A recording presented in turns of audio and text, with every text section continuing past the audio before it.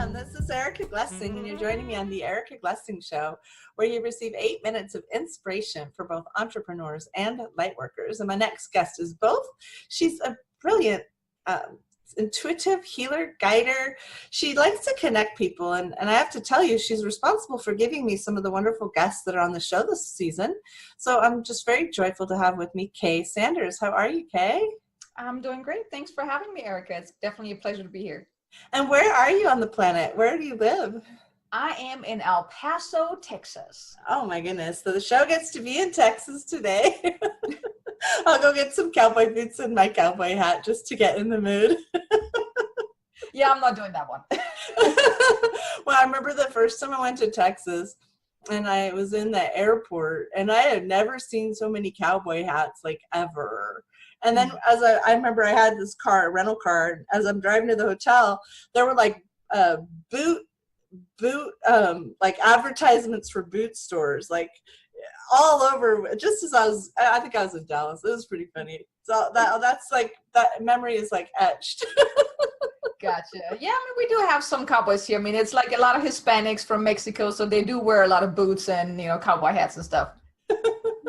So tell me when you talk about, let's just jump right in. So it's a pretty quick interview, and you talk about Akashic records. And for those people who are listening who have no idea what that is, why don't you give us like a kindergarten version or a first grade version? Like, what does that even mean? Well, every person has their own Akashic record. So I like to, refer to as the library of your soul, where you can tap into and get guidance from your past life, future life, current life, you name it. I mean, think of it as like a crystal bowl that you can ask a question, you can get guidance from that.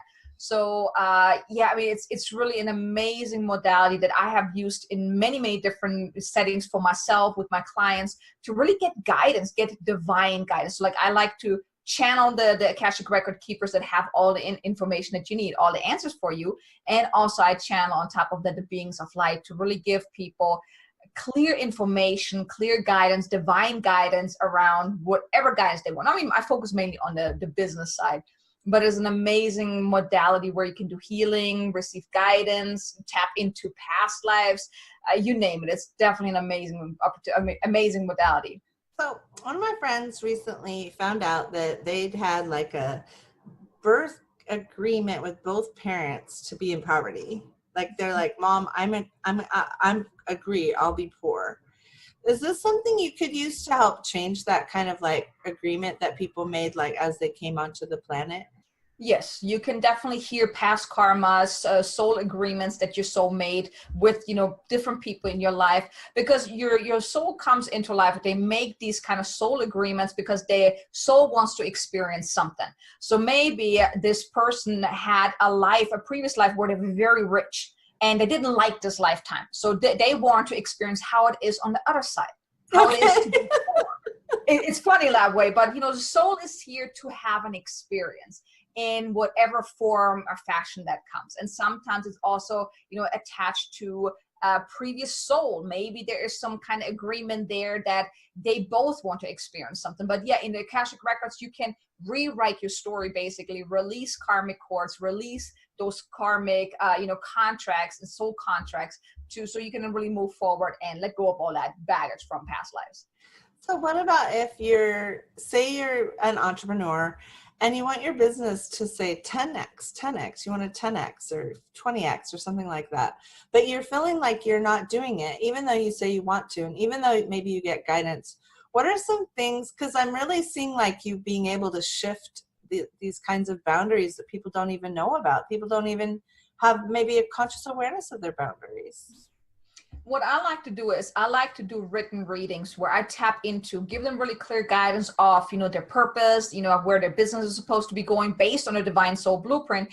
And then I also talk about, I also ask about certain blocks, what's keeping them from really embodying that? Because oftentimes we have an idea of how it's supposed to look like. We want 10x, 20x or whatever, make 6-7 figure income. But deep down, there are blocks. There can be, poverty vows or any other cords or things that you believe that you bought into when you were growing up. And it's very hard to figure it out on your own.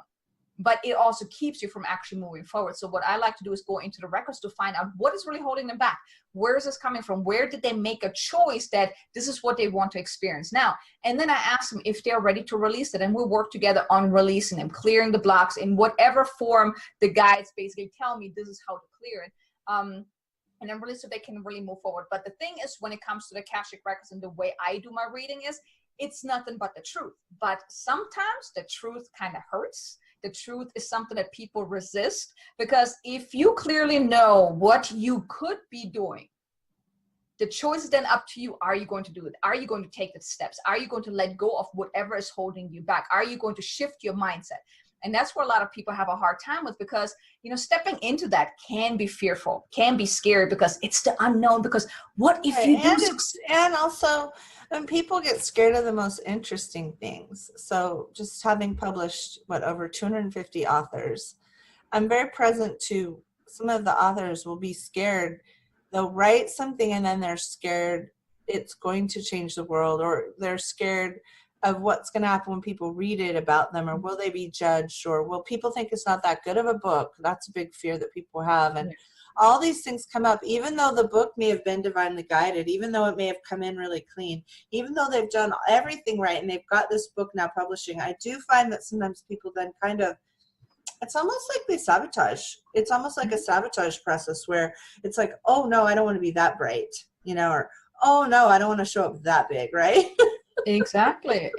That's what you people really can find out in the records. And then it's like really stepping into that and letting go of the fear. And then I believe it's like, you know, you got to pull back the layers, kind of like with an onion. You're like, you have to figure out what is the cause of that. Why are you feeling this way? What is holding you back?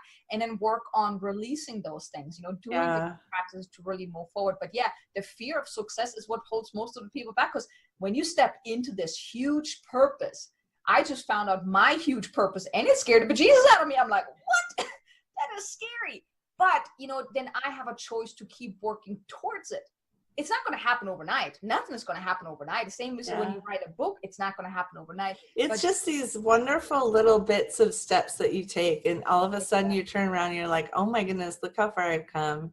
It's so beautiful. Okay, I could just talk to you all day, but we've kind of run out of time. So why don't you tell us how we can reach you, find out more, and learn more from you? Yeah, the best place is my website, ksanders.com. Everything is on there from the service that I do. I also have my own little show, the Abundantly Successful Show. Feel free to look at that. Aww. I'm on Facebook, LinkedIn, Instagram, but mainly on LinkedIn. That's my favorite platform. Awesome. Thank you so much. Thanks for having me.